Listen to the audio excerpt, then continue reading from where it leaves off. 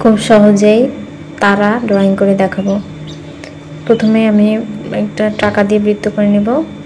এবার 5টা ফোঁটা দিয়ে নিব সম পরিমাণ দূরত্বে। একটু আইডিয়া করে দিয়ে নিতে হবে। আমি এই যে দিয়ে নিচ্ছি। যে আমার দেখে মনে হচ্ছে এদিকে স্পেসটা এপাশে একটু বড় হয়ে গেছে, তাই আবার দ্বিতীয়বার ফোঁটা দিয়ে নিলাম। এবার 2 ফুটার মাঝ বরাবর দিয়ে উপরে 1 ইঞ্চি পরিমাণ দিয়ে ফোঁটা দিয়ে এই যে দাগ দিয়ে নিলাম।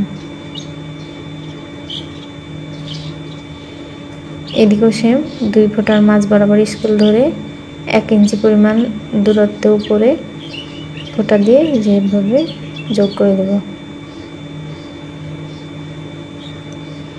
এভাবে আমি পুরোটাই করে নেব। এপাশেও 1 ইঞ্চি।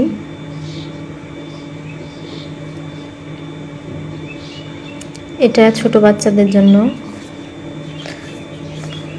যারা তারারে যে কর্নারগুলা কোনোটা ছোট কোনোটা বড় করে দেয়, তাদের জন্য এটা সহজ পদ্ধতি। এভাবে মাপ দিয়ে করলে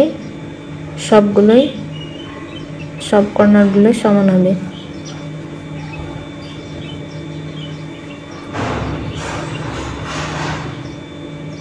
যেভাবে খুব সহজেই তারাটা আঁকা যায়। এবার আমি জেল কালি দিয়ে একটু হাইলাইট করে নেব। এটা আপনারা স্কিপ করতে পারেন।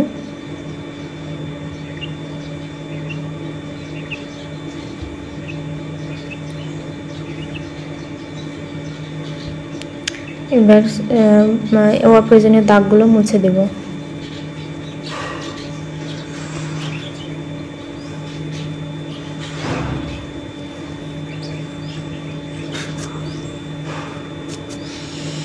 লাল কালার দিয়ে স্টারটা রং করে নেব।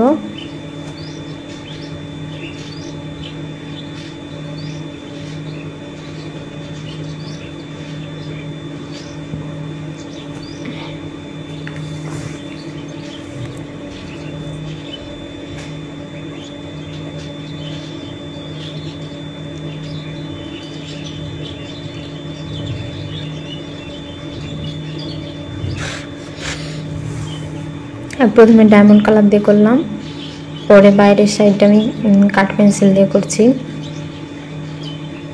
আপনারা চাইলে পুরোটাই কাঠ পেন্সিল দিয়ে করতে পারেন, তাহলে কালার ফিনিশিংটা অনেক ভালো আসে।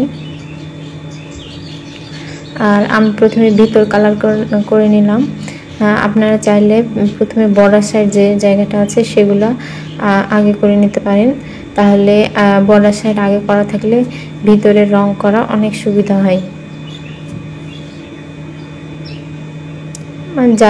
যার মতো সুবিধা মতো রং করে নেবেন।